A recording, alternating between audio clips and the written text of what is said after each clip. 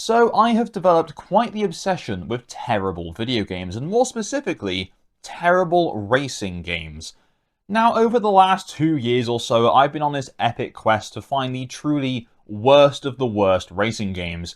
And today I wanted to take some time to highlight some of those more recent terrible racing games that we've looked at for your viewing pleasure. Why do I put myself through these things? I don't know, guys. But without further ado, welcome to even more terrible racing games.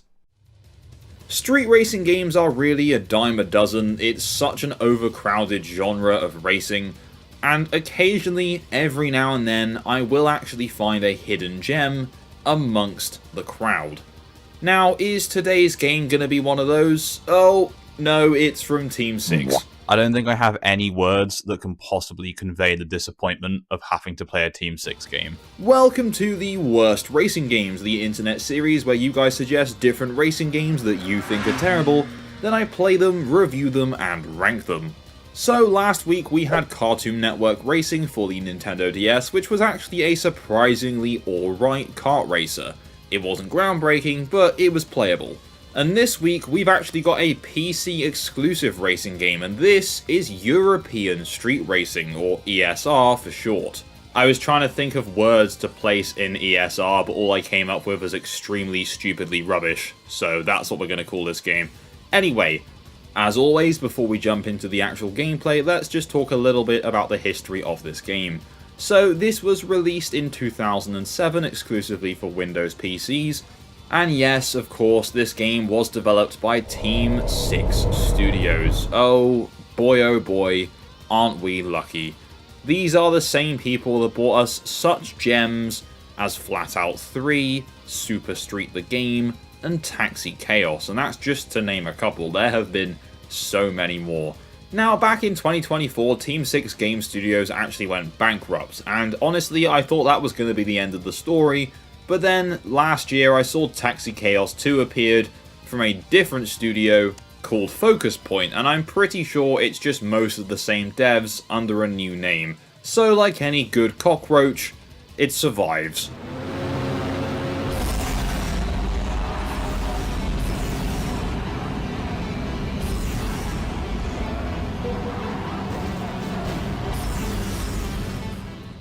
Alright, so let's read a description of the game so we can see what we're getting ourselves into. So, European Street Racing is a racing game featuring 7 European cities: Moscow, London, Paris, Madrid, Hamburg, Berlin, and Warsaw. The game features 17 different cars without any official license but resembling real cars. Oh, this should be good. Each one has a prize which has to be earned by winning races, of course. The career mode offers 35 races in 3 different types: City Race, Street Race, and Challenge. City Race is a standard racing mode with a predetermined circuit. In Street Race, the competitors have to find their way to a single checkpoint and return as quickly as possible, which fucking sucked, by the way. Challenge is either 2, but features a tougher competitor to beat. Well, I mean, it sounds alright, doesn't it? So let's just jump in. Okay, so first of all, you'll notice that everything is in Polish, and that's because stupid me couldn't get an English version to actually work. So yeah, we've got a Polish version of the game, and I'm sure you've probably guessed, but Polish is not a language that I actually speak. So on the menus, I had Google Translate on my phone up, with the camera mode so I could translate things I needed to, but anything that popped up during a race, I kind of just had to guess or just ignore, because I couldn't really drive and have my phone out at the same time, because, you know, that's illegal. And also, I can't multitask. So the menu design is incredibly boring. You've got some pictures of the cities in the background, and then you've literally just got some white, greyish buttons that say career, options, so on and so forth. There's no effort put in here whatsoever. I guess it's kind of sleek, might be an argument that you could make, but overall, the font looks rubbish and it just looks super cheap. So yeah, basically this game just has career mode. That's the main thing, that's basically all I've played, so what do you actually do? So you boot up into career mode, and you get a choice of a few different cars, and about 35,000 of a currency of some kind, and You get a few different cars to choose from, and I went with the car that was the legally distinct Volkswagen Golf. So once you have your car, you've got a couple of different upgrade options, some very minimal tuning, and then nitrous as well. So you can upgrade your engine, you can upgrade your gearbox, and you can hold up to 200% nitrous, which is incredibly exciting. The car in this game that is the Golf is actually just called the Spicer GT, which, honestly, is actually not a bad name. You get into a race, you use the arrow keys to accelerate, brake, and turn the car, and you use control to activate your nitrous. And honestly, I don't think there's any other controls than that, except hit and escape to pause the game. That's literally all the controls there are. I couldn't figure out how to look behind me, if that was possible, but it didn't really matter anyway. So if you've been unfortunate enough to play any Team 6 developed racing game in your life before, you will probably know how this game handles already, and the answer is not particularly well. It's not awful, I don't think it's the worst handling I've seen in a Team 6 game, but it's definitely got the Team 6 isms of sliding around, the camera not quite keeping up with the car, and not to mention the incredibly low IQ NPC drivers. This is one of those racing games where, for the most part, even when you progress into the faster cars in the late game, you don't really need to brake that hard or brake all too often. You can kind of just very harshly turn into every corner, turn it into a bit of a slide that slows the car down, and just keep carrying that momentum through. There's never really any need to use the brake except on the very, very tightest little corners. But of course the NPC drivers will need to brake, which makes this game incredibly easy because you fly off in front of them almost every race without any challenge, except getting off the line where sometimes they turn into you in a very frustrating, stupid moment.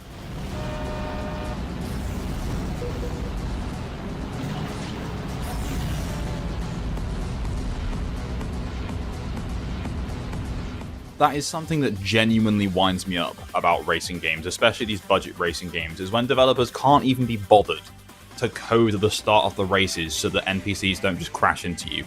Can you imagine an F1 race starting, and at the back, as you're about to launch, both drivers just turn into you?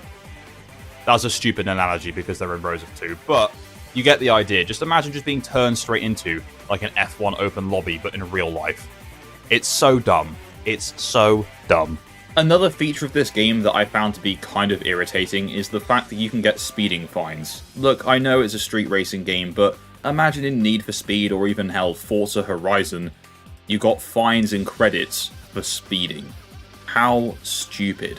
So yeah, each time you get caught speeding or caught by a camera, it's 250 euros, which really isn't much in the grand scheme of things, especially considering how much you earn per race, but it just seems such an unnecessary addition. Like, I get you're kind of going for realism, but maybe you should have focused on your physics or visuals or literally anything else before adding in speeding fines. So the standard checkpoint races, as mentioned earlier, are completely fine, they work, they're kind of fun when you can just blast through traffic and you enter this flow state. And I guess that's the argument you can make with any racing game. When you enter that flow state, it can be quite fun. But it doesn't change the fact that the physics aren't great and, you know, it's not the best looking game in the world. But there's another type of mode which I believe it's kind of like a drag race. Kind of. At least that's what it translates to from Polish to English. Where you blast down to a checkpoint and immediately have to turn around and come straight back. Some of them are really awkwardly placed. There's sometimes really frustrating traffic or a really unobvious route that you need to take to get back, and I just don't like the design of these levels. They really take you out of the pacing of the game. Now, in terms of visuals, this is not a particularly good looking game. The car models themselves, they're okay. Some of them look alright and some of them look incredibly oversaturated. The maps themselves are also just alright. London I thought looked pretty good, but some of the other cities like Paris and Madrid were really oversaturated and unnecessarily bright, and no amount of gamma correction or whatever could fix that for my visuals in the game. I'm not sure what it is with Team 6 developed games, but they just have this kind of yellow filter to them, and they always look super, super boring and dull. Comparing this side by side with Flat Out 3, you can just tell that there's barely any effort made from game to game. And speaking of no effort made from game to game, the soundtrack in this game is also incredibly generic. It's got a couple of electronic tracks that just switch and then loop on repeat.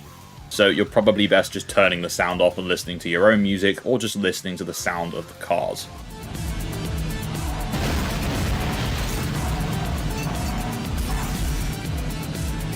Okay, so let's just go a bit deeper into some of the legally distinct, totally not real-life cars that you can get in this game.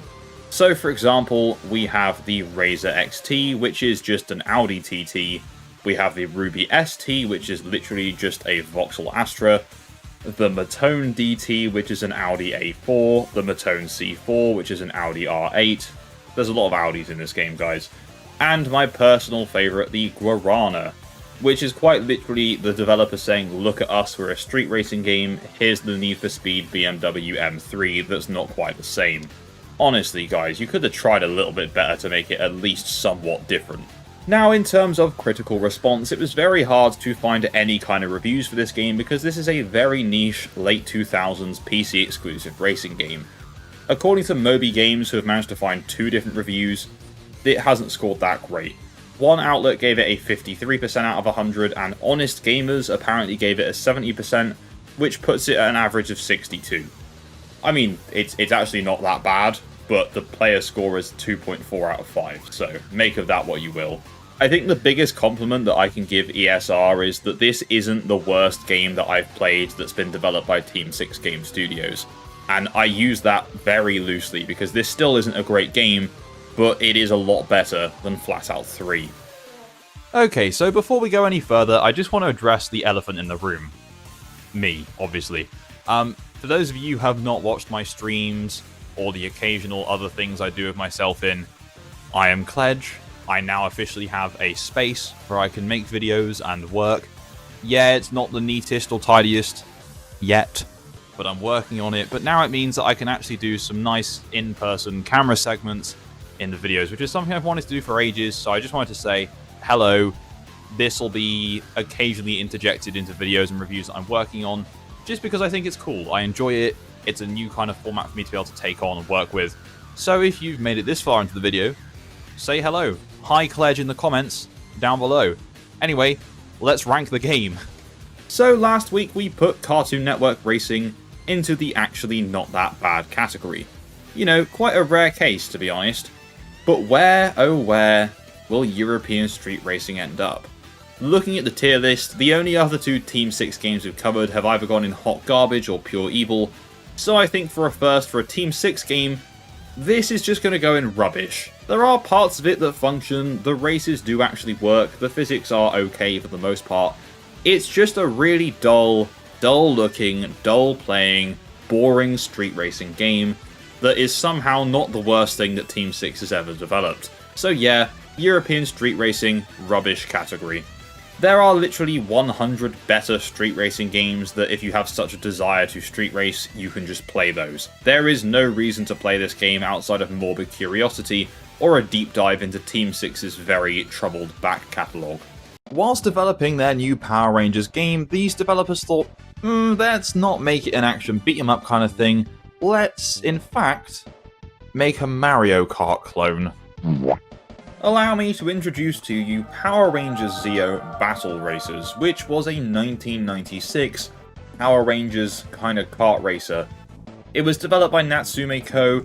and was published by Bandai America. Now, Natsume Co. are now actually known as Natsume Atari, and in their early days worked on a variety of licensed games, especially for the Power Rangers, but also this fantastically titled Spanky's Quest. Anyway, since 2013, they've been Natsume Atari and have worked on such games such as Iodine Chronicle Rising. So, as the title would suggest, this game was based off of the Power Rangers Zeo series, or Zeo Generation, I guess you could call it. The Zeo series supposedly aired on Fox Kids from April to November of 1996. So, let's just say this was 4 years BK, and that's before Kledge. So yeah, today we are playing Power Rangers Zeo Battle Racers, which, let's face it, is shamelessly a Mario Kart clone for the SNES. Now, I'll be so real with you guys, I was never really a big Power Rangers fan growing up.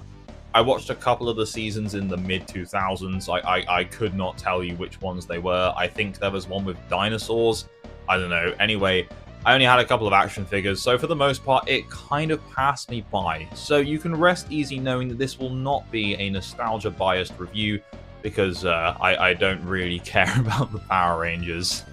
So first of all, let's talk about the menu design, because for me that seems to be the best starting point when talking about literally any video game in terms of reviews. So, the menu is literally just a black screen with the Power Rangers logo and then your options, which is 1 player, 2 player, or options. Obviously I selected 1 player because there is only 1 Cledge and I do not have anyone else to play it with at this time. So then you get 3 more options, and that is race, time trial, or versus CPU. So versus CPU is basically the equivalent of single race. I'm not going to explain time trial to you guys because, you know, come on now, how many episodes of this series are we in? And then race, which is actually like the championship mode. Anyway, so yeah, the menu is very basic, but this is a 1996 Mario Kart SNES clone, so I wasn't really expecting too much from it, but it at least gets the message across as to what the game's trying to sell.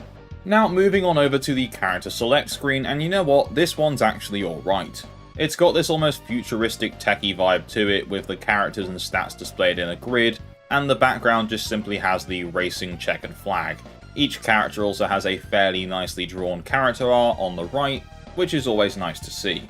Now, something to bear in mind is that this has been upscaled a couple of times in the emulator just to make it look a little bit nicer on the eyes, because playing it regular size would not look good on any screen bigger than maybe a mobile phone. Anyway, in terms of characters on offer, of course you've got a few different Power Rangers. You've got the red, the blue, the yellow, the pink, the green, and then the gold, which I thought was the Black Ranger, but apparently it's not, it's gold because there's a little bit of gold on there. So then looking at my top, does that make me the White Ranger? Anyway, as well as the Rangers, you've also got a couple of their enemies, and those are of course King Mondo and a Cog Soldier, who low-key looks kind of creepy, I'm not gonna lie. And whilst we're on the topic of what the game has to offer, there are also 16 race courses which are split into 5 different tracks. So 16 layouts on 5 different biomes, basically. Each character has a different stat level for acceleration, speed, and grip. Initially I went with the Gold Ranger, but that very quickly went downhill. So after learning that my playstyle was in fact being shit, I went with the Green Ranger because he had more grip.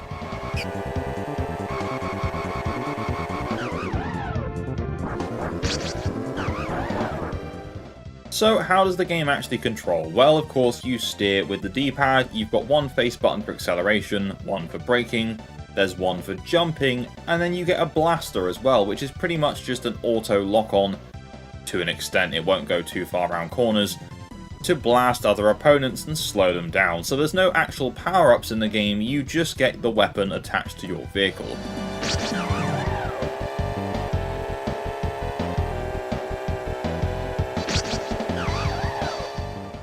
Now, as far as I know, based on the characters that I've played, every vehicle just gets a blaster that kind of locks on. I don't think there's any variation to that. So let me start off by describing the bike handling to you, because that's the character I started off first, the Gold Ranger, and there are other characters who have bikes in the game, such as the Pink and the Red Ranger. Now, to me, it does feel like low-key that the NPC characters kind of cheat, because there's no way that they could take corners the way that they do later on in the game, versus how I was on the same kind of vehicle. Don't get me wrong, it took me a while to get used to the handling in the game anyway, but I was sliding all over the place, I couldn't get grip around corners, and it would take me a lot longer and go a lot wider, versus how the NPCs would take corners, which is go into them flat out, somehow lose no grip, and come straight back out the corner flat out as well. Doesn't really add up to me. Anyway, so I didn't really get on with the bikes. I won all the early races and then was just consistently losing for the rest of the game. So when I went back in, it was time for a car. And oh man, that's so much easier. The handling still isn't great, it's still a bit slidey, but fuck me, it's so much more bearable than driving with a bike character. The thing is, despite this game having a pretty uncomplicated control scheme and some, you know, alright ideas, I guess, it just suffers from the fact it's just so boring. The games only have 4 racers, including you, at once, despite a selection of at least 7 characters. You know, even Mario Kart, back on the SNES, had 8 racers on the track at once. A lot of the track designs are just kind of meh. There's no good tracks that stand out in my mind after playing through all of them at least 3 times over, so they cannot be that good. But another thing that really confuses me, again, if we look back at Mario Kart on the SNES, why the f*** is there a giant mirror on the bottom screen of this Power Rangers game? The map on Mario Kart made so much more sense. This mirror is just really annoying. It's too big, it's in the way. I would have much preferred a map layout down there. I'm sure the only reason they did that was to not completely copy the other game, but from a design point of view, it's just so irritating. Because then the map that's actually on the screen is on the top screen where you're driving. At least put the small map on the bottom screen with the mirror, because there's so much of it not in use. What? I don't even have any words for this, guys. Just such a stupid choice.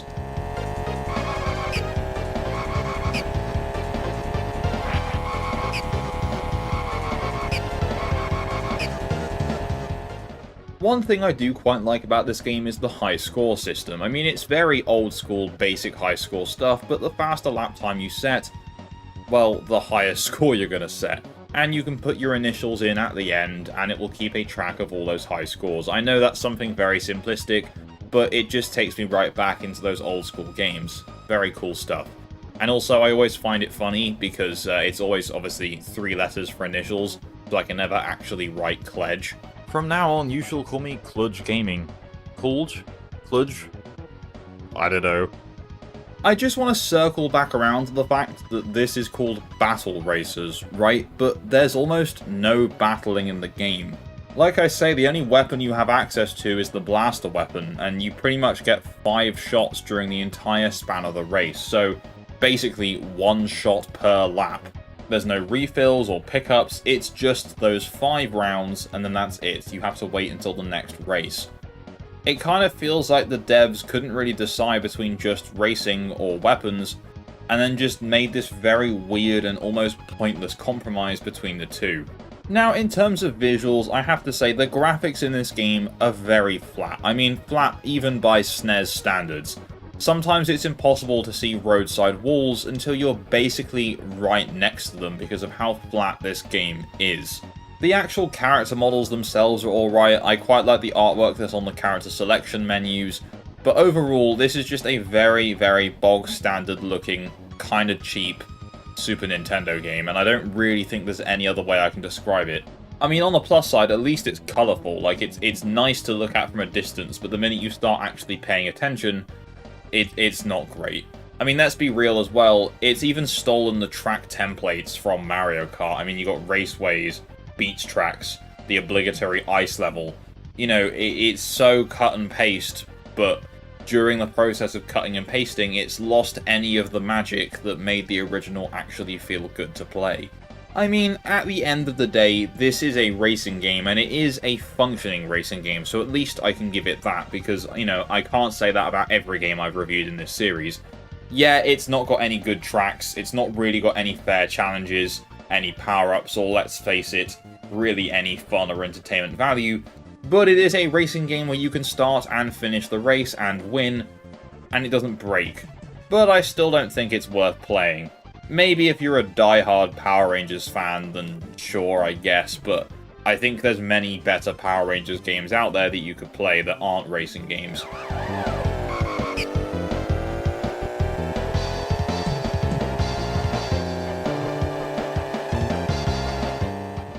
Alright, so let's have a look at how this game scored in terms of its critical response, and well, I can't really find anything. So if we look to some user-based places like Game FAQs, well, that has a 2.5 out of 5 star from users, and over on Moby Games it's got a 3.2 stars out of 5.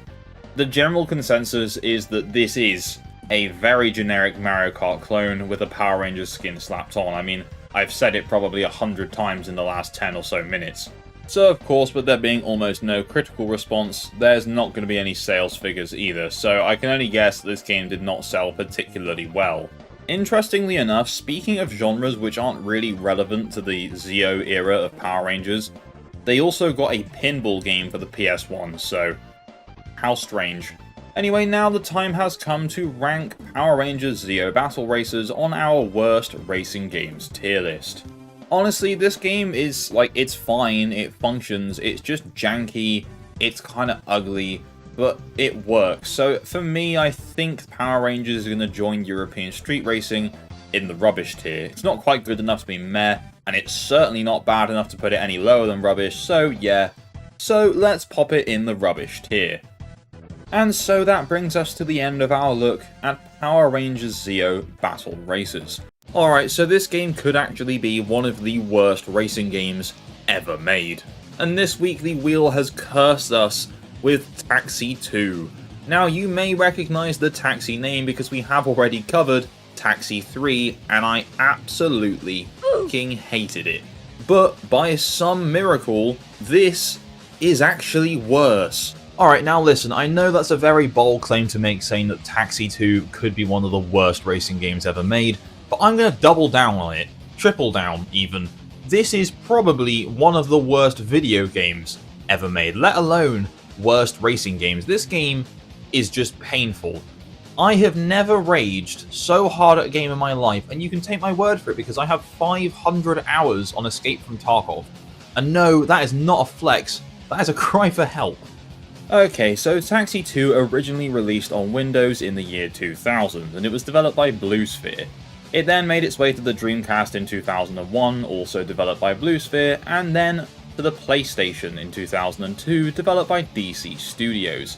Now you may know the name DC Studios from handling some DS ports such as Thrillville Off the Rails, and the PlayStation version is the version of the game that we are looking at today. Though Taxi 2 is of course based on the film of the same name, which was a big hit over in France, and I believe other parts of Europe as well. The film released in March 2000 and was a moderate box office success, making $64 million off of a $10 million budget. But from what I've been reading, there was some crazy stuff happening on set. During one of the Peugeot stunts, they accidentally killed one of the cameramen. From adjusting the height of a jump, the car flew too far and literally crashed into a cameraman and other crew members. Crazy, insane, horrible stuff. So anyway, I've never seen the film, so going into this game I had no idea what to expect other than the fact that Taxi 3 was both rubbish and ridiculous. But oh man, I was not ready for what I was getting into for this one. Okay, so these mission titles seem pretty harmless. We've got here, well, the warm-up and the pregnant woman? What the fuck is going on? Oh, and the Japanese, which by the way, is one of the worst missions I've ever played in my life. And the climax of the game, so we've gone from the pregnant woman to rescuing the president. So, yeah, the plot of this game is very strange, but I suppose it's exactly the same as the film. The general consensus is that the Yakuza are going to be using a Japanese government official to be hypnotized and then to kill the president. I think that is the basic consensus of the game. It isn't really conveyed very well through the game because you've got the mission titles and then you get a small clip of the film both before and after you finish each level. Anyway, but before we get into all that properly, let's have a look at the menu design first. So the main menu of the game has 4 different options: mission mode, arcade mode, options, and credits. It's got a still image that I presume is a movie still of Taxi 2 with the Eiffel Tower in the background. It has an overall blue theme. And, you know, it's alright, it plays it safe, but it's certainly not the most offensive thing in the world. So mission mode is the story mode of the game, and arcade mode basically sees you replaying the tracks you play in mission mode, but just as races against a rally driver. So let's begin with mission mode, because that's probably where you'll spend your time with this game. And notice how I just say time, not large amount of time, just time, because there isn't really that much to do. There are 9 missions in this game. 9 missions, each one, if you don't get p***ed around by the game, probably only take a few minutes each, so you can be finished with the story mode in this game in probably an hour. It's very similar to Taxi 3 in that sense. It had a few missions, some cutscenes in between, and then you were done quicker than you could probably watch the film.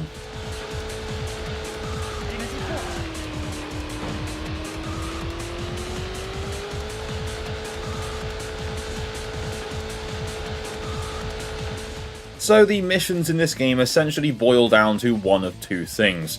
race against the time, or race against another opponent whilst also racing against the time. So out of the 9 missions, 6 of them are time trials, but it's never actually clearly explained to you what you're actually supposed to do or where you're supposed to go. Now when you boot up the game, it does give the option of the game being in French or English, so I assumed that it would probably give some English subtitles in the French cutscenes. But it doesn't, and spoiler alert, my French hasn't really improved much since I learnt it in primary school when I was like 10 years old. So on the warm-up mission, it just spawns you in a car park, and it kind of just says go, but it only gives you like 6 seconds to reach the first checkpoint.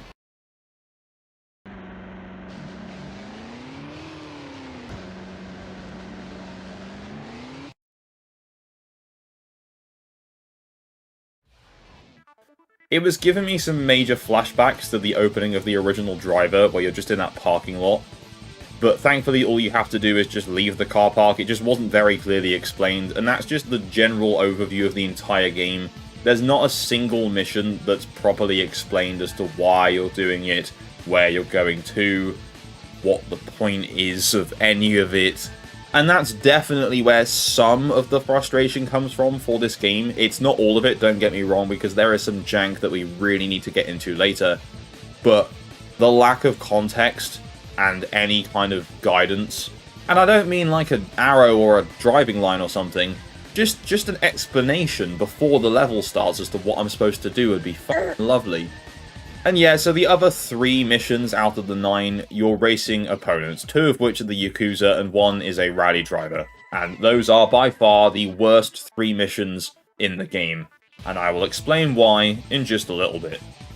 So in terms of controls, they are fairly simple. You hold X to go, and then steer with the left analog stick. You can change your perspective with the triangle button, you can use the brake with the right bumper, and then square, which I originally thought was going to be the brake, is actually a boost button, and there doesn't really appear to be a brake button tied to any of the face buttons, just the handbrake on the bumpers. I could be wrong, but I spent ages trying to play around with that, and could not work that out. The boost, by the way, you don't start the game with. You'll notice on the top there's 2 bars. The top one is for health, and the one underneath is for boost.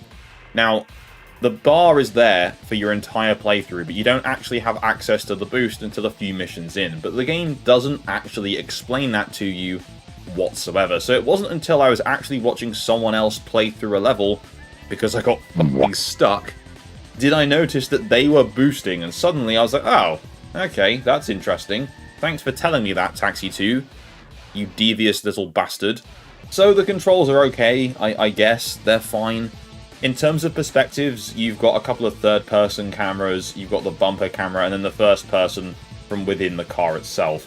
That's definitely the best way to play, even though I don't know if I'm wrong here, but you definitely look a little offset from the steering wheel, like you're in the center between 2 seats. I'm not sure if that was just standard at the time. I don't think it was, but it just seems a bit strange. But that's definitely the best way to play the game, even though you can't actually see what speed you're going, because the speedo is so low res you can't read the numbers.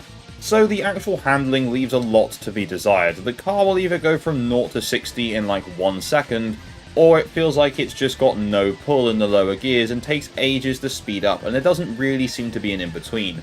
And the same can be said with using the boost.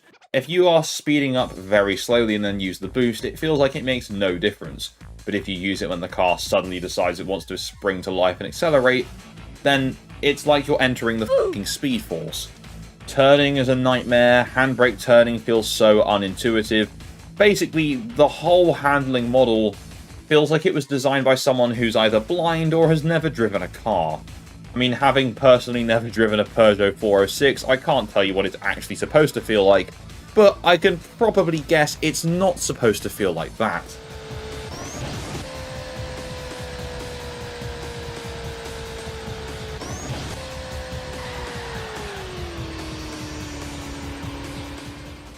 Now, I mentioned earlier that the race missions in the story modes, those 3 missions, are the worst in the game. Now, there are a few reasons for this. Firstly, the design layouts for the actual courses themselves do not lend themselves to having more than 1 car on the road at any time.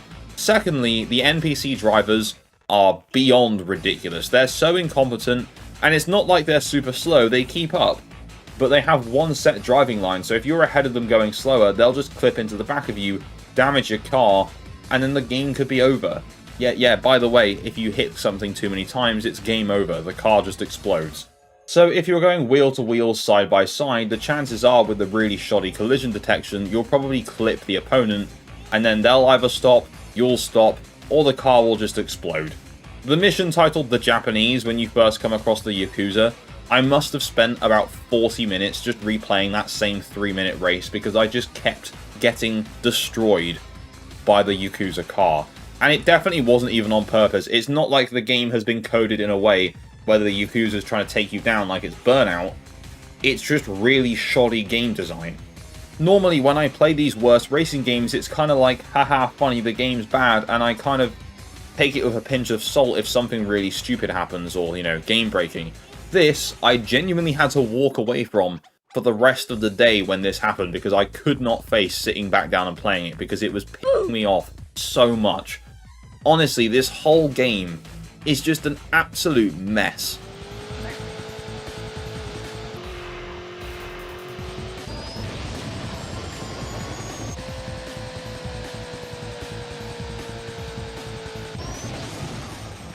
So in terms of visuals, well, I'm sure you can probably guess where this is going. The environments are incredibly dull, they're super boxy, and it's not very visually distinct when you're driving through city streets, which makes it very hard to tell where you're supposed to go next. There's quite a lot of annoyingly noticeable pop-in, and a weirdly lacking amount of depth, so it is almost impossible to tell when the turn's coming up sometimes.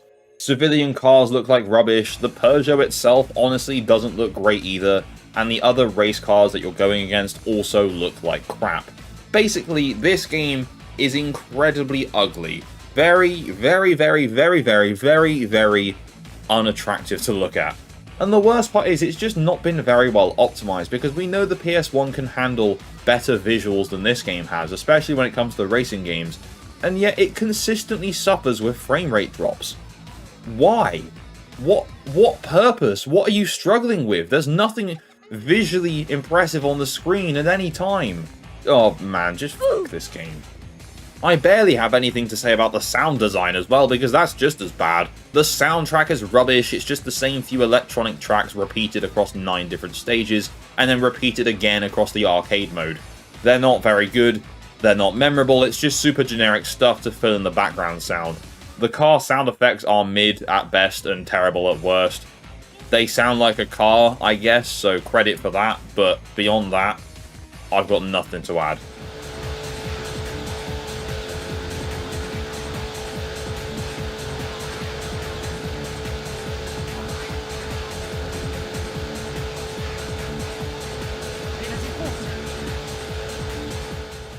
So in terms of critical response, it was very difficult to find any kind of reviews for this game, but I did find that one French video game firm gave the PlayStation version a 15 out of 100.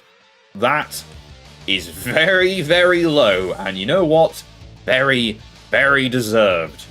It also has a few user ratings on the website Moby Games, which takes the game to a 2 out of 5 stars, which again, you know, seems pretty fair to me. And of course, due to the niche nature of this game, there's pretty much no sales figures that I could find either, so best that it stays that forgotten, to be honest. Anyway, so now the time has come to rank Taxi 2 on our worst racing games tier list. Now, I sat there for quite some time and thought, oh, this might actually be a good addition to the so bad that it's actually kind of good tier. But then I remembered the amount of desk smashing, blood pressure increasing rage that this game caused me to have in the span of a 2-hour playthrough. There is literally no other category for this game except pure evil. It is just terrible, guys. It is such a bad game. I don't even have anything snarky or clever to say about this game for the introduction, so let's just cut to my reaction. This is Cubix Robots for Everyone Race and Robots. Yep, that's a name that certainly just rolls off the tongue, isn't it? So this game released in November 2001 for the Game Boy Color and the original PlayStation, and eventually it made its way over to Europe in 2002. Obviously today we are looking at the original PlayStation version. This was developed by Blitz Games and published by the 3DO company. Blitz Games were known for making a variety of licensed tie-in games, such as Chicken Run, The Mummy Returns, Fairly Odd Parents, Barbie, Bad Boys, SpongeBob. There's a lot going on here. They did actually make a couple of good games, but then they also made SpongeBob Surf and Skate Road Trip, so, you know, make of that what you will. Now, looking at this cover art, honestly, it actually looks kinda cool. Aside from the fact that it's called Robots for Everyone, I think the robots themselves actually look kinda charming, but, you know, let's see how that translates into the game. Oh dear. Alright, so yeah, this game is based off of a TV show that's either known as Cubix or Cubix Robots for Everyone. It was originally a Korean show that ended up getting an English dub and was broadcast on WB Kids, or Kids WB, in 2001 to 2003. The show had 2 seasons, each consisting of 13 episodes, which means that the show actually had more tie-in games than it did seasons of the actual show. Because after this, you had Clash and Bash, and then the final title was just Showdown, which was on the PlayStation 2 and GameCube in 2003.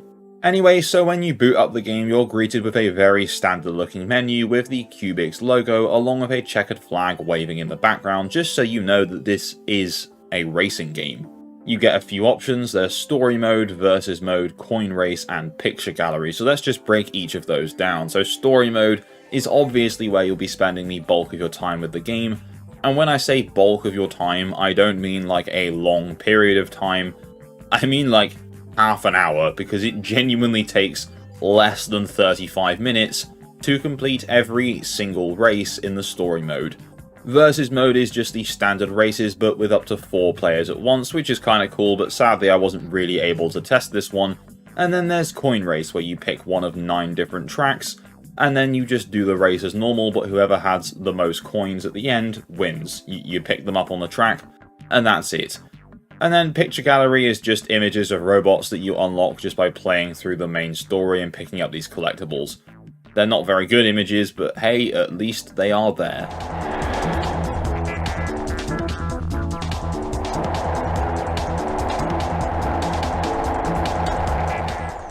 Alright, so the actual racing. Now that we're in the story mode, let's get into it. So, you control your robot literally just using the left analog stick. You push it in the direction you want it to go in, and it will go in that direction. You press the X button to use your power-up, and that's it. Those are the 2 controls that you're going to need. The camera is from a very zoomed out perspective, almost top-down but not quite, and the angling is just not great. 9 times out of 10 you can't really see what's coming ahead of you, and it's not because there's not enough space on the screen, it's just the way that the camera's positioned that you can't see anything. It's so stupidly designed. All of the robots that you get in the games, there's 4 at the start and you unlock 1 after you beat the story, they all handle perfectly fine, they turn very quickly, so there's no issues there. It just isn't very fun to play because the tracks are all designed very poorly, the camera's horrible, and the whole game just isn't very fun. In terms of power-ups, you've got a few different options to choose from. There's a speed boost, which doesn't feel very good, a kind of landmine you drop down, there's missiles, and then a shield to deflect missiles coming from other opponents. But, to be so honest, I did not see any of the other characters use a pickup once in my entire playthrough. What's more frustrating is that of the 9 individual races that you get in this game throughout the story, by race 4, you're already on reused environments. There are only 3 different environments in this game, and 2 of them are fairly similar. Come on, that's so lazy and so cheap.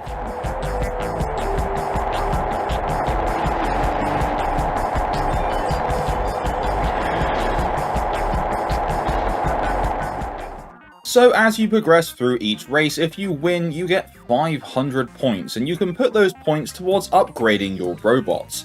There are a few different upgrades, such as upgraded items, and also an engine upgrade for 2,000 points. So basically, if you're going to play this game, not that you should, let's be real, but if you are, Win the first 4 races, accumulate 2,000 points, and upgrade your engine, and that's it. You'll never, ever have any competition ever again, because, oh my god, you enter the Speed Force, it's so fast.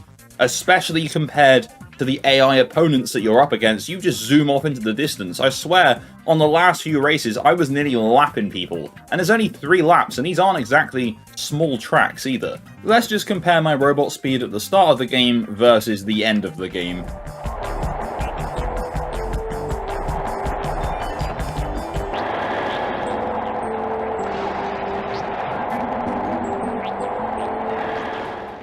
Yeah, wow, that is pretty fast. Now, there is a story in this game as well, because obviously it's based off of a kids' TV show, so they're going to try and incorporate elements of that TV show into the game. Now, the essential basics are that there's a Grand Prix coming to their town, everyone wants to build robots to race, and that's pretty much it. But there's also some evil robot, or robots, I can't really tell, the cutscenes are so low res, that are trying to cause havoc, but to be honest, you don't really see that unfold in the actual races themselves. There are some cutscenes that kind of show this off, but the minute you jump into a race, it's just back to standard 4-player racing. Now, as far as I know, these cutscenes were made specifically for the game and aren't just clips taken from the show, so at least if you're a fan of the show or were a fan of the show, this is a pretty cool inclusion, so at least there is something there for fans. Because, by god, it's not the racing. Alright, so what about visually? Now, I'm sure you've probably worked this out for yourself, but this isn't exactly a decent-looking game. Yeah, it's kind of colourful because the show is, but outside of that, the models aren't great, it's all super low res, and it runs at about 20 to 24 FPS, but, you know, at least that's without slowdown. But I'd be very surprised if there was any lag, because of the way that the camera's angled, you can't really see any incoming scenery, so it's not like they've got pop-in to deal with. I don't know. Anyway, the special effects are all very bargain basement quality, the polygon count and texture mapping on the environments and bots are just very bland, and even though there are CG cutscenes that are pretty much like the show, they are so compressed that they just don't look good at all. And as I mentioned earlier, in terms of the tracks, the environments are just so bland because you've already seen all the environments the game has to offer after you've played for literally about 8 minutes of gameplay. But hey, at least the menu design is okay, and the character select screen is alright, but, you know, I wouldn't really say that's worth the money paying for the game. So yeah, visually it's kind of bland, but how is it in terms of its sound design? Well. It's not good, guys. In fact, I would say it's very bad. Some of the sound effects loop over and over again, the sound of the robots racing is horrible, the music is very generic. There's just nothing to like about this game in terms of its sound design. I'll just play you like 10 seconds of it and you'll know exactly what I mean.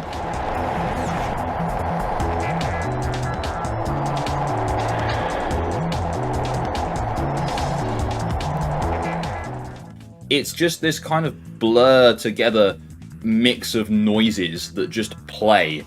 I don't know how else to describe them. It just sounds like noise, and I don't mean that in a nice way. So in terms of critical response, this game did not perform very well. Obviously, it's kind of hard to find some proper critic reviews of a very niche game for the original PlayStation, but thanks to Moby Games, there are a couple that I have found. The official UK PlayStation magazine particularly were quite harsh, giving it a 10% out of 100. The highest review for the PlayStation version was a 49% from PSX Nation. But the bottom line is, this ain't a good game. On Moby Games as well, it does have a user review score, and from 2 different players it has a 1-star rating. Now, of course, I was not able to find any sales figures for this game whatsoever, so that kinda again tells you everything you need to know. But just out of morbid curiosity, I thought I'd hop on over to price charting and see what the actual value of this game kind of is in today's retro game market. So if you just want a complete copy of this game for the original PlayStation, at least for the PAL regions where I'm from, you're looking at just under £10. For brand new, still sealed, about 40 quid. That's like nothing in terms of sealed, very old game prices. Damn, this is not a collector's item at all. Alright, so now the time has come to rank Cubix robots for everyone, race and robots, I'm so sick of that title, on our worst racing games tier list. Now, this is not a good game at all. It's really not. I don't really like top-down racers anyway. It's just not really a genre that I've ever got into. There's definitely good games in that genre that I need to check out, but all the games in the top-down racing genre that I have played have not been fun. However, with that said, this did not make me smash up my desk like Taxi 2 for the original PlayStation did last week.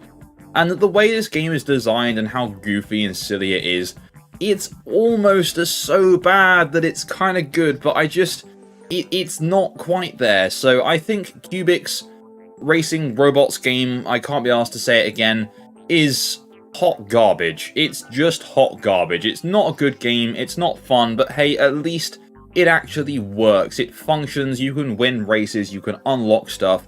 It's just incredibly boring, very easy, and very, very short. I believe this game would have cost about $20-ish on launch back in the day, and even that feels like way too much money for the amount of content that you're actually getting.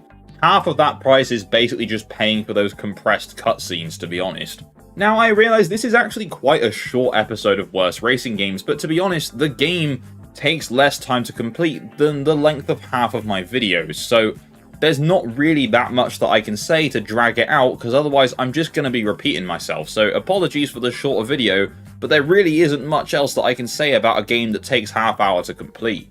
How many racing games do you think were made about chart-topping artists? I'm probably going to guess not many, but today we're covering one of those games. And oh boy, is it a banger. This, my friends, is Crazy Frog Racer. Oh god, okay. So before we talk about Crazy Frog himself, let's just actually talk about the history of this game a little bit. So, Crazy Frog Racer was actually only released in Europe and Australia. It was developed by Nico Entertainment and published by Digital Jesters. Nico Entertainment have developed a fair few licensed tie-in games in their time, ranging from Charlie's Angels to a Build-A-Bear game to Bratz and even Postman Pat, so not exactly the highest tier of licensed video games. So the game released in 2005 for the following platforms: the PlayStation 2, Nintendo DS, PC, and the Game Boy Advance. And today we are looking at the PlayStation 2 version, which I believe is almost identical to the PC version as well.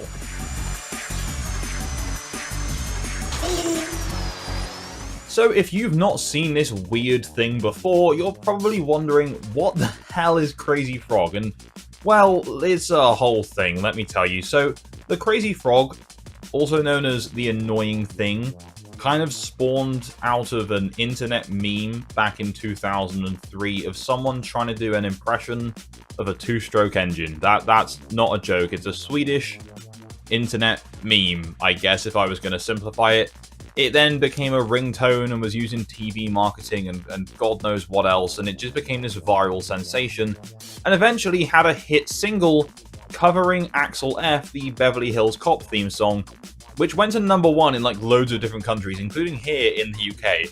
My parents bought me this CD when I was a child. Why? No, they didn't like it. I didn't like it. I'm pretty sure I still own it somewhere. I also had a McDonald's Happy Meal toy that had that song on it as well. Yeah, anyway, the point is, the Crazy Frog was kind of like the Baby Shark of a previous generation. I think that's the best way I can sum it up. It's the Baby Shark of the early 2000s, and that's all I can really say. Now, apparently, in the 2020s, he's made a comeback to some degree, according to the wiki page. I haven't seen that, but that's probably for the best.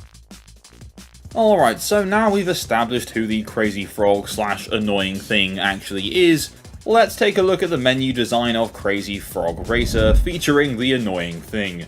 So the main menu is quite literally a still image of the Crazy Frog and some robot thing in the background chasing him, with a bunch of different options, including 1 to 2 players, your records, options, and a jukebox that you can listen to the game's soundtrack on, which we'll actually get into a bit more later.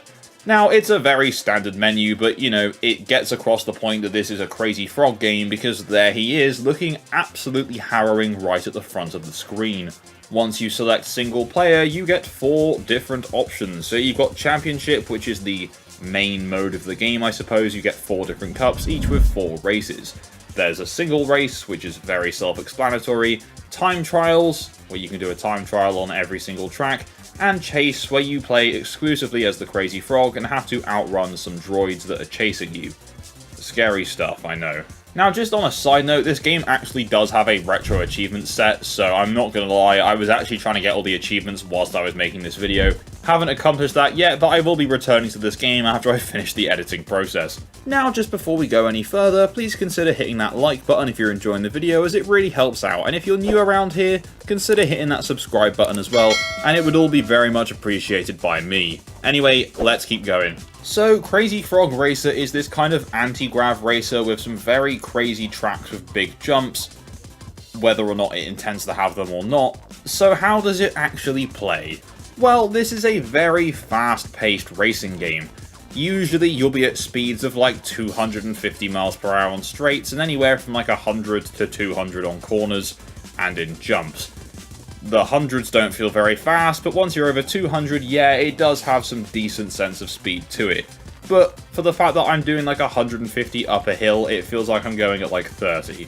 So the handling is incredibly loose, and I guess you're not actually feeling the track because it's all anti-grav. You don't feel any grip, or really anything, to be honest. Corners come up way too fast that you'll have to just spend your time staring at the minimap, and even then, you can't react to them quick enough, and because of the game's terrible, poor, loose handling, you'll just fly off the side of it and have to get reset. But thankfully, it's not just you, because the AI struggles with that as well. The way that these slopes and inclines on all the tracks are designed just feel like there was no actual testing done before they released the game. They kind of just grabbed the slopes with their mice, dragged them up and down, and then went, yeah, that'll be fine, and then never ever bothered to test it, because half these corners you go around into a big hill, you just fly over, and you can pull off like the craziest shortcuts if you spend the time learning the tracks and stuff, and I don't believe that was intentional.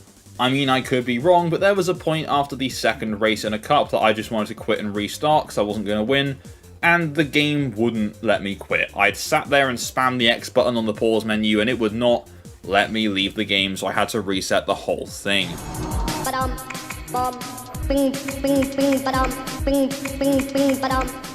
So one thing I do actually find quite interesting about Crazy Frog Racer is the health and weapons system. Throughout every track, there are coins scattered, and the more of those coins pick up, the better weapons and pickups that you can use. And then in the middle of your screen, you have a health bar with like a cog on it. If you fall off the track, you'll lose some health. If you get hit by items, you'll lose some health. But there's also these cogs scattered around as well, so it's kind of hard to actually lose all of your health.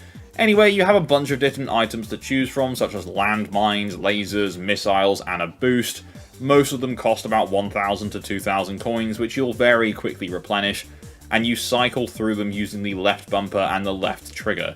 It's quite an interesting setup that I personally haven't seen in a racing game before. I'm sure it probably has been used before, but I've not played a game with it in, so that's kind of fascinating. But no amount of cool weapons is going to make up for the fact that these tracks feel like they were designed by a toddler. Now, in terms of track variety, as I say, there are 12 different tracks. However, these tracks are simply different sections of one enormous city circuit. The city in question is the setting that that music video was set in, where the Crazy Frog rides around to Axel F. Yeah, I guess it makes sense. But yeah, so all 12 tracks are just variations of the same circuit in the same environment, just with a slightly different layout each time. Even after spending hours playing, it's really difficult to actually distinguish between which track is which when I'm looking at footage, because it's just impossible to tell. Half of them have the exact same sections, it's all the same background, and they're all poorly designed, so how the hell am I supposed to tell the difference? I mean, that might not have been such a problem if the city itself were, like, at least interesting, but it's just a confusing mess of highways, tunnels, hills, and some really annoying, obnoxious corners. When you first start playing and aren't used to the very shoddy track design, the biggest objective is just actually staying on the track rather than winning races. Which, leads me to the fact that for a racing game, Crazy Frog Racer seems almost hell-bent on punishing players for driving quickly. Hit one of the larger jumps at a decent speed, and you will simply be sent into the stratosphere, and the camera just doesn't show you where you're landing until the last moment. It should feel exciting, big jumps in a racing game, it's supposed to be cool, but it just becomes a really annoying guessing game. The tracks also contain several unused roads left over from the larger city circuit, so after a jump you might be aiming for what appears to be a perfectly normal section of road, only to fall straight through it because it's not a part of the current track that you're on.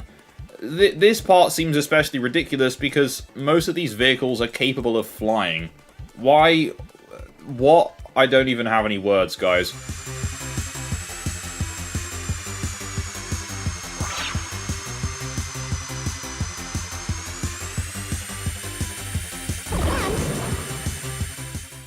Now, I know earlier I mentioned that the championship mode consists of 4 cups, and that is true, technically. So you start on the Baby Cup, which consists of 4 races, and then once you've completed that, you unlock the Funny Cup, which also consists of 4 races. And then after completing the Funny Cup, you unlock the Crazy Cup. And then once you've done all 3 of those cups, well, you will unlock the Special Cup. So what special tracks does the Special Cup have in store for you, you may wonder? Well, let me tell you. It does not contain any special tracks. In fact, it forces you to race through all 12 courses in a single championship. And some of the later races take like 10 minutes, and that's not a joke. They can take up to 10 minutes. So completing it can take ages. And your reward for surviving that absolute hellscape of a marathon is 1 extra character. That's it. Yippee. So speaking of characters, when you boot up the game you have 8 that you can choose from. You will definitely only know one of them, being the Crazy Frog himself, and the rest are all these random characters that I believe were made for this game. I could be wrong, but they look like they definitely were. Aside from the drone, which I'm pretty sure was in the music video as well. But yes, we've got characters like Flash, who looks like an edgier Subway Surfer, Ellie, who is a fairy who rides a motorcycle for some reason, there's a chef-looking guy, a ninja-looking guy, and that's all I can remember off the top of my head. What I'm trying to say is, this is not a memorable roster of characters at all, aside from the fact that the Crazy Frog is here, and I'll be damned if I ever forget him. Now, in terms of visuals, this is not really that good of a looking game. It's just quite bland, to be honest with you, and I think that's entirely down to the fact that the game only has that one environment. If there was a bit more going on visually, I'd probably be slightly less harsh, but the city itself is just incredibly dull. The characters are okay, I guess. Crazy Frog is definitely Crazy Frog, and the rest of them are at least distinct enough from each other that you can tell them apart. And in all fairness, some of them do have some slightly nice animations, but that's kind of all that I can really say on a positive side of things. It's just a very bland looking game. It's certainly not the worst that we've seen on the PS2 by a country mile, but it's still not that great. The soundtrack, on the other hand, is surprisingly okay for a mid-2000s budget racing game.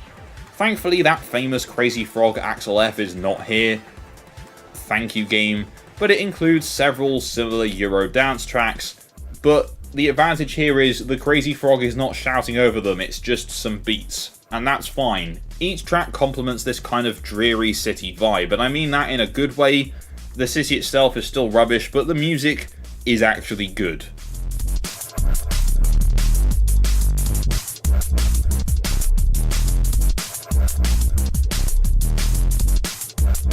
So, how did Crazy Frog Racer hold up when the game released in terms of its review scores and also reactions from actual players? So, due to the slightly niche nature of this game only releasing in certain regions, it doesn't actually have a Metacritic score, but on the website Moby Games, they've compiled a bunch of reviews which give it an average of 21% out of 100. Yikes. And it has a 3 out of 5 star average from players, which is, a little bit higher than I was expecting, but, fair enough, I guess. One review, actually from IGN, quoted it as being dangerous enough to be classified as a controlled substance. I wouldn't wish it upon my worst enemy, and if you play it, you clearly hate yourself. So, yeah, there we go. That sums it up. Now, I couldn't find any sales figures for this game whatsoever, but I thought I'd hop on over to price charting to see how much the game is worth in the current retro game kind of market. And, it didn't disappoint. I was expecting this to either be the lowest of the low or ridiculously high, and you'll be very pleased to know it's on the lower side. So if you want to get a second-hand, complete in-box copy of this game, it's going to set you back between about £2 to £3. That's it. It's literally cheaper than a meal deal from a supermarket. And if you want to buy it new, still sealed, £9. That's it. This game is literally valueless. That's so funny.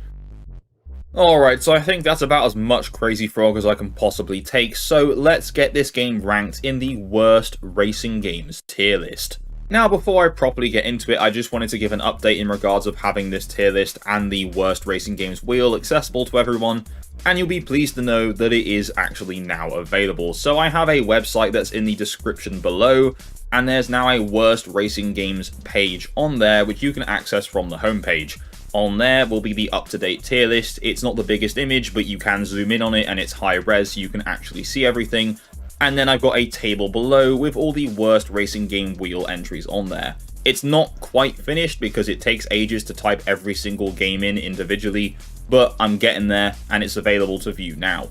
Anyway, let's rank Crazy Frog on this tier list. So, to be honest, this game is hilarious. Like, it's just ridiculous. The pause menu has those awful Crazy Frog sounds, you fly off the track at any given moment, the physics are terrible, but it's still got this weird, endearing charm to it, and I think that might be down to a little bit of retro achievements as well. But I think for me, Crazy Frog Racer is so bad that it's actually kind of good. I had fun. Don't get me wrong, the Crazy Frog part of it did start to get annoying quite quickly, because, you know, he is the annoying thing, but overall, this game was kind of fun. It's just broken as hell, it's janky as hell, and it's kind of irritating. So yeah, so bad that it's kind of good. Oh boy, it's always those 2000s PC exclusive racing games that really get me going. The worst racing games wheel has dubbed us with a PC exclusive racing game called Tricked and Tuned West Coast Streets.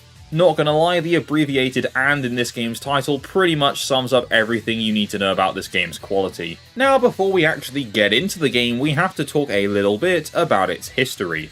So, Tricked and Tuned West Coast Streets released exclusively on Windows in 2006. Yes, 2006. What's a game we just looked at that came out a year before that on the 360? Project Gotham Racing 3. Yikes. I believe this was an exclusive release to the United States as well. It was developed by Canopy Games and was published by Braun Media Services. Now, if you've never heard of either of those companies, don't worry, you are not alone, because I could barely find any information about these companies online, especially the publisher. Canopy Games apparently developed a few PC exclusive games in the early 2000s, ranging from Harley Davidson Race Around the World to I Was an Atomic Mutant. Again, I emphasize the apparently because there's such little information, I'm not sure how accurate it actually is. Anyway, so yeah, a developer with practically no credits, and a publisher that pretty much no one's heard of, so you know, this should be pretty good, right? Well, let's get into it. So before we get into the actual racing, I think we first have to take a look at this game's menu design, because that's the first impression you ever get of any game when you boot it up. Alright, so first of all, we've got the Tricked and Tuned logo, which screams I'm really trying to be cool, but not quite achieving it. But in all seriousness, it's actually not that bad. It's definitely trying, it's definitely quite edgy, but it's very 2000s and I'll give it that charm. You've also got some drawings of some characters that literally have no relevance to the game whatsoever in the background. They're very GTA style, but, you know, it's not quite at that level of quality. Then moving on, when you get into the game, you've also got the car selection screen, where if I put myself in the center, you've got all these chassis around, which is pretty cool. None of them look particularly good, to be honest, but they're trying. It's certainly an interesting car selection screen. I've not really seen anything like that before, so that's pretty cool. I'll give credit where credit's due on that front. And then moving on over to the upgrade screen, which certainly has some interesting upgrade options to it. So we've got all your standards here. You can change the car's color, the bodywork, the tires, the engine, the fuel intake, the tires, and a few other little options like cup holders and things like that. And then we also have the option to buy your girlfriend, and then not only can you buy a girlfriend, you can upgrade her. Oh, wow, there you go, guys. There's the secret. You can buy a girlfriend. Honestly, I want to know what the strategy was on making this game, because it must have been a pretty bad one, and I know a thing or two about bad strategies because I'm wearing a Ferrari t-shirt. So you'll probably spend all of your time on this game, if you actually play it, on the single player game mode, and that is basically a campaign that sees you racing against rival gangs, progressing through their territory and earning money. Kinda like Need for Speed and Fast and Furious type stuff going on here. When I say Fast and Furious, I mean like the first two films and Tokyo Drift, nothing beyond that. Anyway, you get a choice of different chassis to choose from. They're all very basic looking at the beginning, and you can mod them and upgrade them as you progress. I couldn't really tell you what half of these cars are trying to be, but one of them is definitely the early 2000s Ford Focus. Each gang typically consists of 3 races and 1 trick-based event, which I'll get into a bit later. The first race is always a full mile race, where you're against 2 or 3 other opponents. The opponents themselves are very easy, it's just actually keeping your car in control that's more of a problem. The second event is always the exact same layout, but it's half a mile instead, so the track you've just played finishes exactly halfway through. Then after that, you get a trick-based event, where you earn score, I think, from getting airtime up ramps, but it doesn't really explain that to you. You get a time limit to do it in, and due to this game's wonky-ass physics, it's actually quite challenging. And then the final of the 4 races of each gang is against the gang leader. It's a one-on-one race. The lengths of these races do vary, and some of them have some little challenges like traffic being there and stuff like that, but to be honest, it's very standard stuff. This game is very much so a game that was trying to ride the hype of the 2000s Need for Speed street racing craze, and I don't blame them for trying, but I do blame them for doing an incredibly poor job at trying. Like, I know sometimes I kind of have to explain these intricacies in the games that annoy me, but I feel like in this, the gameplay just speaks for itself. It's just absolute dog water.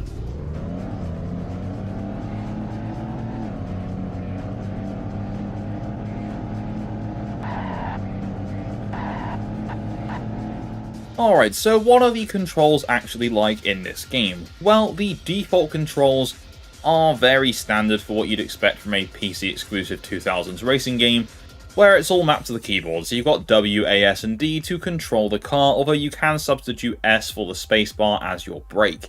If you want to boost, you can press B, and if you have gear shifting set to manual, you can go up and down a gear with Q and E. Eventually, using the number keys, you can change your camera angle as well, but you do have to actually use in-game currency to unlock these options as upgrades. So the only car view you get at the start is the close-up third-person view. You can change to a bumper cam and a more zoomed-out third-person cam later, but you have to pay in-game money for it. I don't know, guys, that seems like a really stupid thing to lock behind a paywall. I know it's like not a real paywall, but imagine any other racing game locking a different camera angle behind progress and earning money. It's just so stupid. Anyway, the game does allow you to remap those controls if you so desire. I have no idea if it has controller support or not because I didn't even bother to try. I just kind of assumed it probably wouldn't. Now, the bigger question is, once you do have a grasp of the controls, how do the cars actually feel to drive? Well, not that great, to be honest with you. Cars do not feel good to drive. There's no satisfaction from the acceleration. You can steer pretty much on a dime on most corners, except if you're carrying immensely high speeds, but for the most part you barely have to brake, and then when you do brake, the brakes don't even really work that well anyway. When you decide to steer left or right, it's pretty much a coin flip as to whether it's going to feel really sensitive and over the top, or it will feel like you're trying to turn a cruise ship in ice. And as far as I can tell, there doesn't really seem to be an in-between to those two extremes. Something I did find a bit strange about this game was on these stunt sections, or whenever you pretty much get any airtime or hit something, the game stutters quite bad. Like, if you do a jump and go to take off, there's like this brief moment where the game has to really think about whether or not it's going to crash or let you land the jump. But it can be really off-putting when you're trying to do those stunt runs, because that sudden lag might mean you do a misinput and land at an angle, or with your wheels facing in the wrong direction and you spin out. It's not really ideal, and I'm not entirely sure if it's just because it's an old game running on a modern Windows 10 PC, or if that was a genuine issue back when the game released as well. One issue that I definitely know is just down to the compatibility is the fact that the game crashes quite a lot, but that is just because it's a very old game that doesn't have any real HD support on a Windows 10 computer. I can't blame the game for it, but it doesn't change the fact it's really bloody annoying.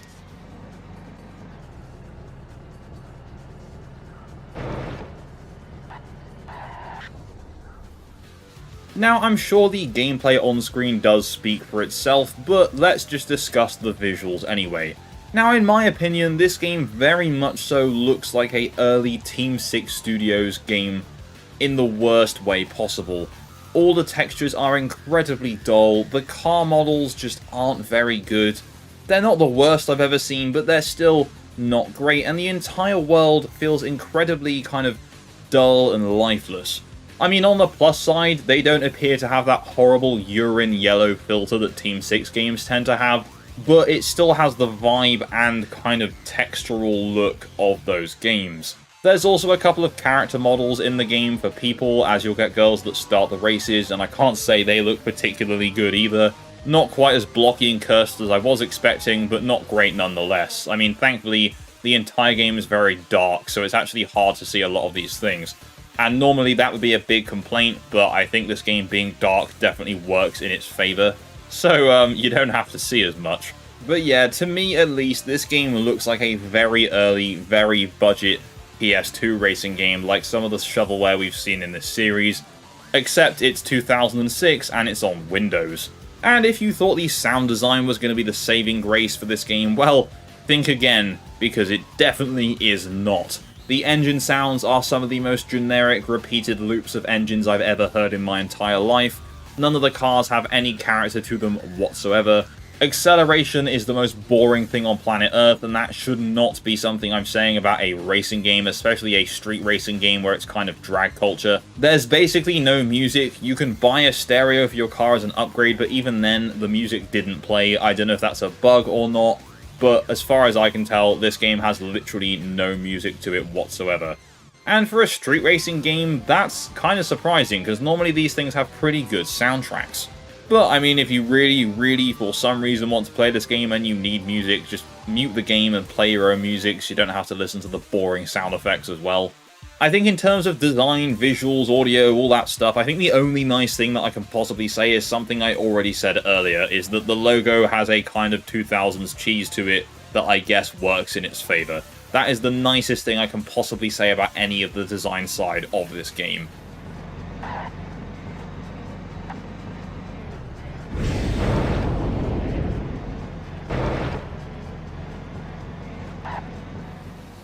So in terms of critical response, I'm sure you can probably guess what I'm going to say next. There were pretty much no professional critical reviews for this game whatsoever. In fact, it was pretty hard to find literally any information about this game at all. It has a page on My Abandonware, which is where you can download it from, and a wiki page on a racing games wiki, but it has almost no information about it. Other than that, it has a Game FAQs page where somehow users have actually given it a score, so thank you to the few people that have actually played this game and gone out of their way to rank it on this website. So across 3 user ratings, it has a score of 3 out of 5 stars, or what Game FAQs call fair. The difficulty is also 3 out of 5 hearts and put as just right, and apparently the game takes 16 hours to complete, which is just absolute rubbish, because you can do this in like 2 hours. The only way I can see that taking 16 hours is if you get insanely unlucky with how much your game crashes and you keep forgetting to save and having to restart your progress. But otherwise, this is not a long game. There is only like 5 or 6 gangs and each one only has 4 events to it. How is that 16 hours worth of content? The longest race is like 50 seconds long. Alright, so now the time has come where we must rank tricked and tuned West Coast streets on our worst racing games tier list. Now, a lot of the PC exclusive racing games that I've covered in this series, and don't get me wrong, there haven't been that many, all tend to have a certain level of charm to them. Final Drive Nitro definitely had a weird charm to it, European Street Racing did as well, although that game was not good. But this just seems void of really any personality or any redeeming features whatsoever. I mean, don't get me wrong, in my opinion it's definitely not bottom tier material, but it really is not a good game, and that cannot be overstated. This is definitely not a good game. So for me, I think Tricked and Tuned is going to be joining some other PC racing games like Road to Fame in hot garbage. It is just rubbish, it hasn't got the charm to it that's so bad that its kind of good games do, and it's not so heinously evil that it's pure evil. So yeah, hot garbage is where Tricked and Tuned is going to be residing from this day forward. Converting a movie franchise like Fast and Furious into video game form should be easy on paper. You've already got the cars, you've got the racing, the heists, the jumping between cars, the drifting, a man whose entire personality can be summed up in 2 words. 3 words. Family and Dodge Charger. You know, that's half a video game design document that I've just read out just there, just based on the films alone. And yet, consistently, no one seems to be able to make a good Fast and Furious game. A few months back I played Fast and Furious Arcade Edition, and to be honest, that wasn't good either, so when is someone gonna make one? Very recently I was in a second-hand store and stumbled upon Fast and Furious Showdown for a very, very cheap price. Now I knew this was on the wheel, so I had to take it home. So this week I've been playing it, and I thought just this once, I won't use the wheel and I'll pick this game out as I've purchased it especially. So before we dive into the frankly painful gameplay, let's get a bit of history here. So by 2013, Fast and Furious was arguably in like the perfect position for a proper video game. Fast 5 had taken the series from street racing films into enormous action movies involving cars, and Fast and Furious 6 was about to push things even further. So Activision decided to release Fast and Furious Showdown alongside the new film. So Showdown launched in America and Europe in May 2013 on the Xbox 360, PS3, Wii U, PC, and the Nintendo 3DS, arriving during the same week as Fast and Furious 6 hit cinemas. It should have worked, but instead, Fast and Furious Showdown ended up with a Metacritic score of 22 out of 100 on Xbox 360. Not 72, no, 22. Every single one of the 9 recorded 360 critic reviews on this site were all negative. And having played the game now, I understand, because Fast and Furious Showdown achieved something I genuinely didn't think was possible. It makes stealing cars, firing machine guns, crashing through roadblocks, and dragging a bank vault through Rio feel like doing housework. This is a game where you can jump from one moving vehicle onto another while somebody shoots at you, and somehow the only thing I can think of whilst this is going on is how much longer is left in this mission. So the question is, guys, what happened? How do you take a franchise built entirely around increasingly ridiculous car spectacle and produce one of the most lifeless, painful racing games on the Xbox 360? Well, let's find out, and just for reference, all the footage you're seeing today has been captured off of an Xbox 360.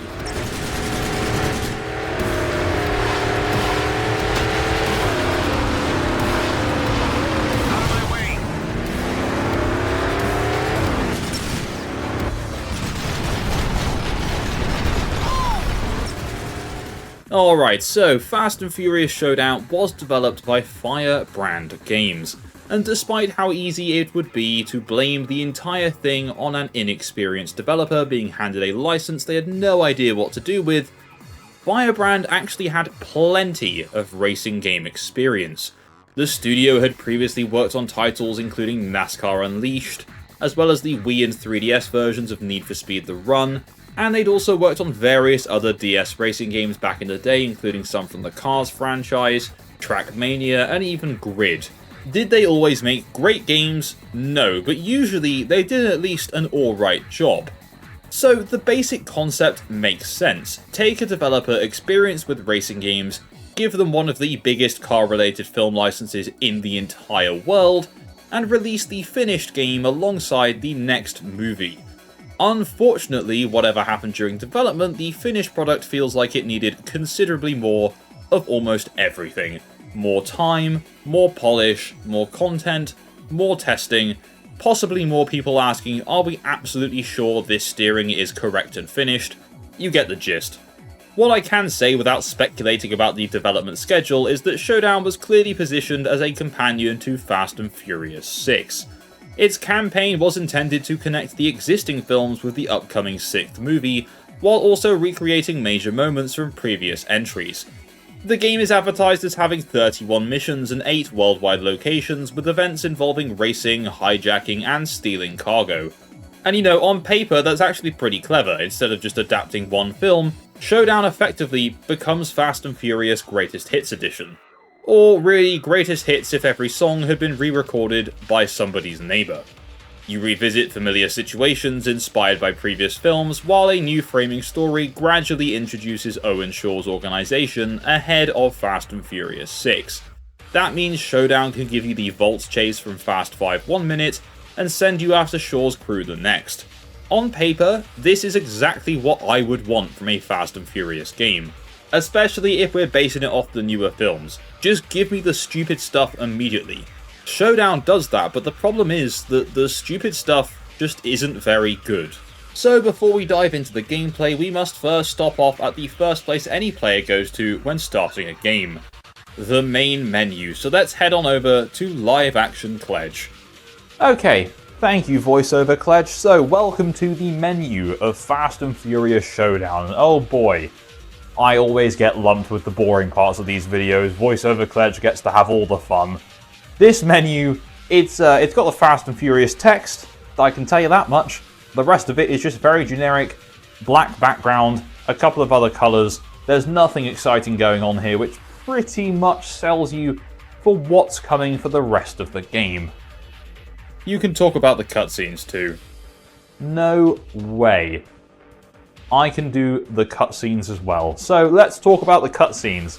Oh man, these character models aren't good. They look terrible. This is a tie-in to Fast and Furious 6, and if you watch this and then Fast and Furious 6 straight after, I think that would be quite funny. The character models are not great, the animations are stiff, and overall, they just look super awkward. They've got that early 2010s charm to them, but I don't think that's necessarily a good thing. Anyway, yeah, that's a great first impression for this game, guys. This is going to be so much fun. Let's head back over to VoiceOver Kledge. So let's jump into the story, because obviously this has got to connect with the Fast and Furious movies. The story begins with Riley Hicks, who is a Fast and Furious 6 character, meeting Monica Fuentes. Riley is due to work with Luke Hobbs, aka Dwayne Johnson, and wants information about what he's been investigating, so Monica starts recounting a series of events involving various characters from the Fast films and Owen Shaw's crew.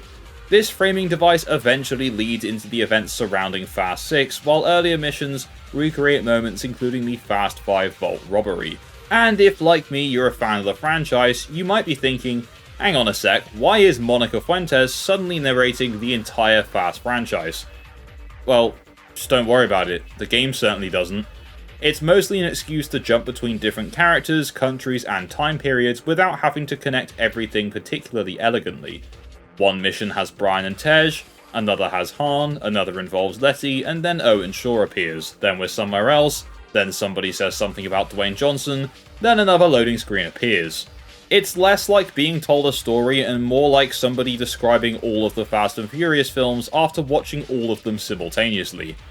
One of the strangest things about it though is the cast. Showdown did actually get some actors from the films.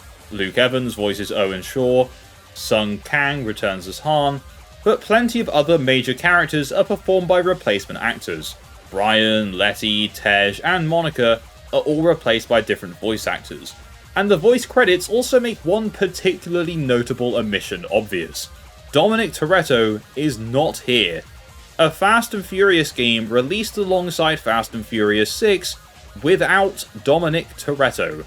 That's like making a Sonic game and deciding the expensive part was probably the Hedgehog. Vin Diesel isn't the only major film actor absent either, which creates a weird situation where some characters sound correct and others sound like legally distinct versions of themselves. But to be fair, the story is not really why we're here. It's Fast and Furious. If the cars and action are good, I can forgive an incredible amount. But unfortunately, it's not. So, the driving. Oh god, the driving. Fast and Furious Showdown is an arcade racing game, so I am not expecting Assetto Corsa here.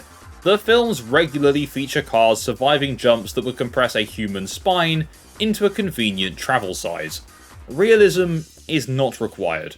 What I do expect, though, is for controlling the car to at least be enjoyable, and Showdown's handling managed to feel simultaneously heavy, twitchy, and disconnected all at once. The steering has a large central dead zone, meaning small analog inputs often seem to achieve very little, and you best believe there's no way you can change that. Push further and the car finally begins changing direction, except now you've given it too much steering and need to correct it. So you're constantly making these awkward little movements as the vehicle wanders across the road. Drifting though, oh guys, that's so much worse. Some missions actively expect you to drift. I mean, there's a dedicated drift battle later in the campaign. Yet initiating and maintaining a slide is like the worst thing I've ever experienced in a racing game like this. You have to negotiate a big deal with the car to get it to do anything. Sometimes the back rotates nicely, if you're really lucky. Sometimes nothing happens for like 10 minutes while you're holding the drift button. And then sometimes the car just turns sideways suddenly with the enthusiasm of somebody pulling a handbrake during their driving test. And sometimes you appear to finish drifting simply because Showdown has decided you've had enough. There's very little elegance to any of it. A good arcade racing game makes exaggerated handling predictable. Take Ridge Racer. Its drifting is obviously ridiculous, but once you understand the rules, the car just kind of does what you expect. Burnout is ridiculous. Need for Speed is ridiculous. Mario Kart allows a plumber to drift a small vehicle around a rainbow road while being attacked by a sentient turtle shell. These games understand that believable physics are optional. However, consistent physics are not optional, and Showdown feels inconsistent, and that is bad, because every race becomes a constant argument between what you wanted to do and what the car believes you meant. I'm realising this video is probably going to go on for a while, but Fast and Furious is like a passion subject of mine, and the fact that this game is really, truly this bad after I've not played it ever is really annoying me.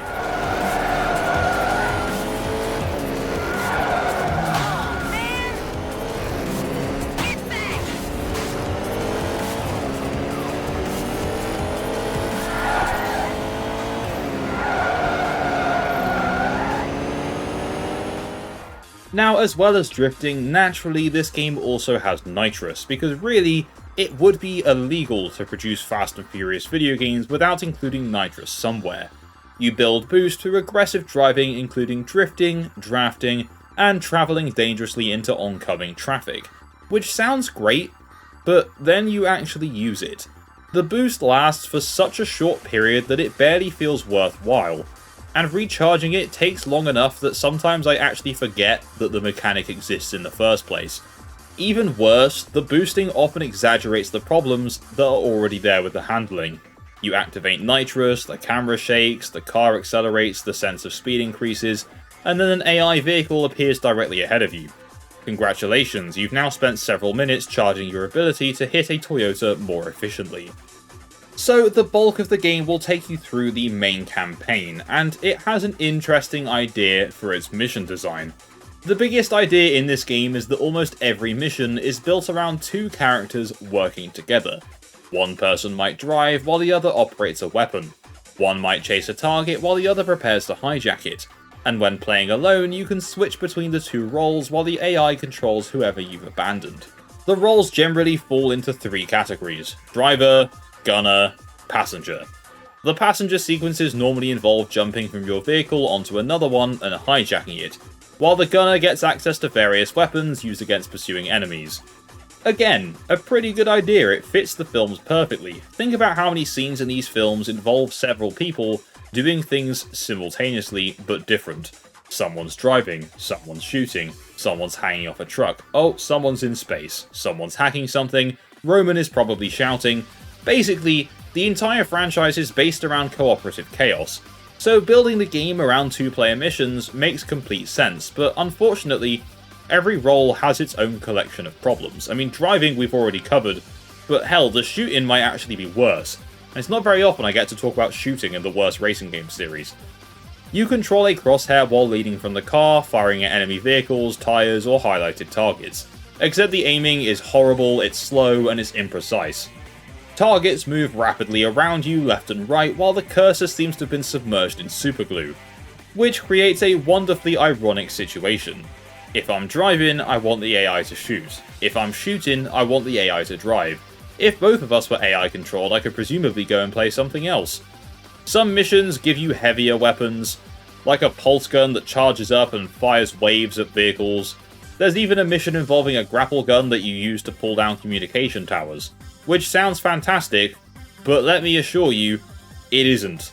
You wrestle that aiming reticle into position, fire, and wait for the interaction to happen, and continue along a tightly controlled route, whilst dealing with the terrible AI of whoever you're not controlling. But this is a pattern, this is something that Showdown does constantly. It describes an exciting activity, and then converts it into mechanically awkward boringness. Hijacking is the same. You pull alongside another vehicle, your character prepares to jump, there's some button pressing, an animation plays, and you now own that vehicle. I've just leapt between two cars travelling at motorway speeds, I should at least be interested. Instead, I feel like I've successfully paid for something at the checkout of a supermarket.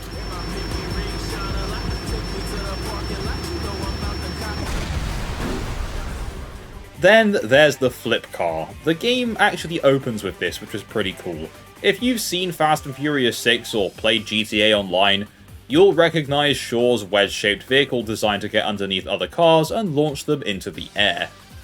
Showdown gives it to you immediately, and for approximately 30 seconds to maybe a minute, I was wondering whether everyone had been a bit too harsh. Because driving underneath traffic and throwing cars through the air is stupid, but it's very enjoyable stupid. And then the game starts happening. Vehicles bounce unpredictably, objects launched into the air, collisions behave strangely, and you realise the opening mission is effectively Showdown placing its physics engine on stage under a spotlight and asking it to perform a solo. It is spectacular, don't get me wrong, just possibly not for the intended reasons. The gravity here makes no sense, traffic behaves like loose objects that have fallen inside a tumble dryer, and sometimes you can actually hit a vehicle perfectly and launch it, and other times the flip car smashes into something and reacts like me when I've stubbed my toe. Badly. This is your introduction to the game. Welcome to Fast and Furious, where physics is not part of the family.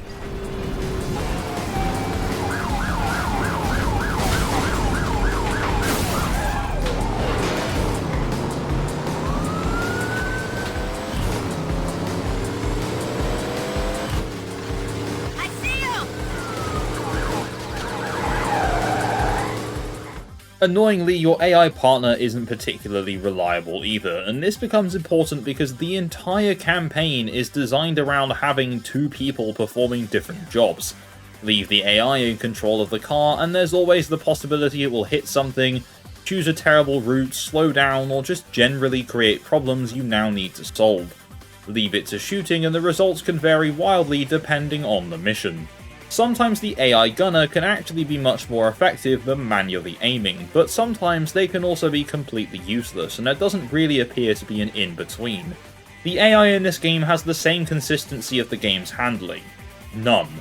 The useful part at least is that usually you can swap positions, so if the AI partner isn't coping with that role, you can take control yourself and hope they're less destructive somewhere else. This occasionally makes missions feel almost strategic. In certain missions, I found myself thinking, right, the computer is better at shooting here, so I'll drive. That's actually interesting, but the issue is you're not really choosing between two enjoyable roles, you're choosing which problem you'd personally like to take responsibility for. Would Sir prefer the dreadful steering or perhaps the terrible aiming? Either way, you're kinda screwed. And despite everything being mechanically basic, Showdown can become surprisingly difficult. Not consistently difficult, randomly difficult. Many campaign missions are extremely short, often only several minutes long, but the difficulty can suddenly spike and force repeated attempts. Sometimes you'll clear an event immediately, and then the next mission suddenly demands almost perfect performance. A collision can cost too much time, a target gets away, or, realistically, the AI makes a mistake, or even the car takes too much damage, and well, time to restart. And because individual levels aren't really interesting whatsoever, replaying them becomes tedious very quickly. Difficulty is brilliant when a game makes me think, oh, I know I can do this better, I'm just being stupid. Showdown makes me think, wow, I hope the game behaves differently next time. There's definitely a big difference there. The rubber banding certainly doesn't help either. Opponent cars can remain irritatingly competitive regardless of your performance, while traffic and collision physics can turn races into lotteries.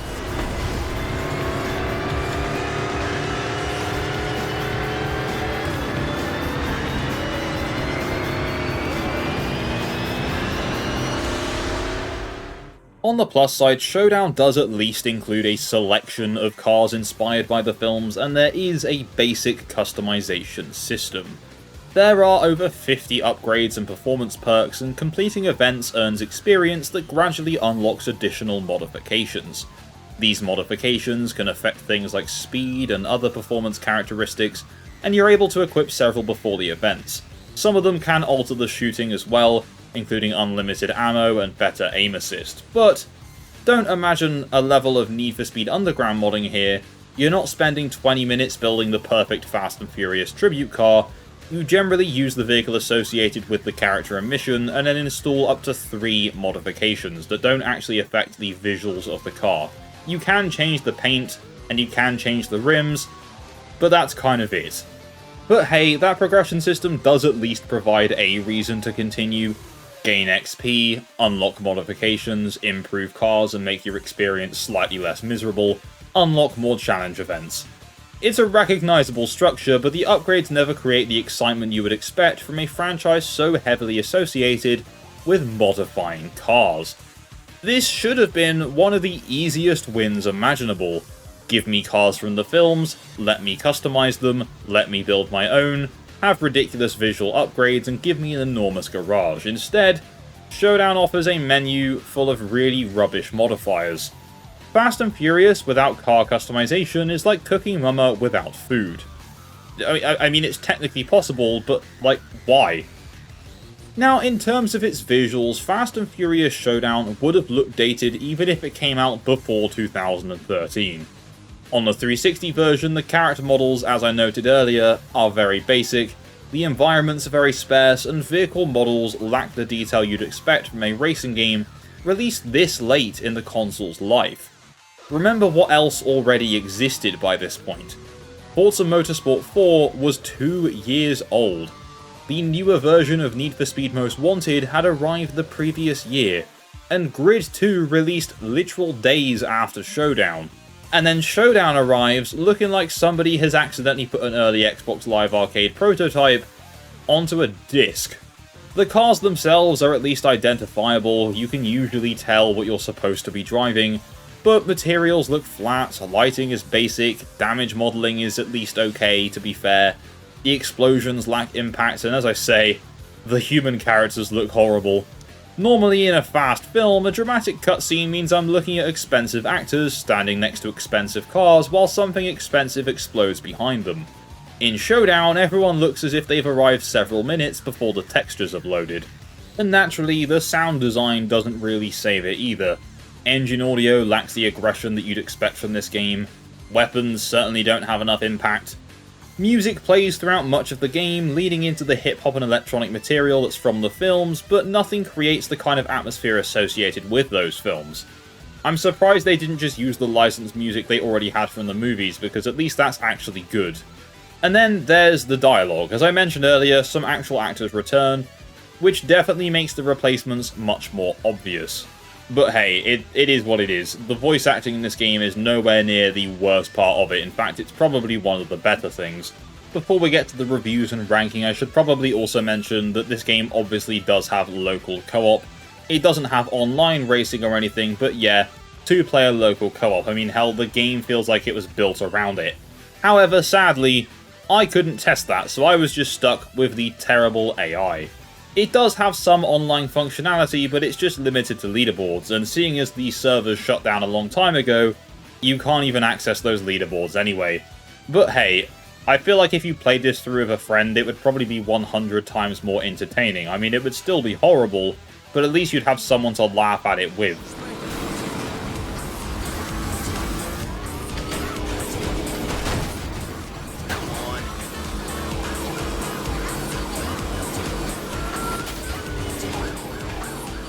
Alright, so in terms of its critical response, as we covered earlier, it has a Metacritic score of 22 out of 100.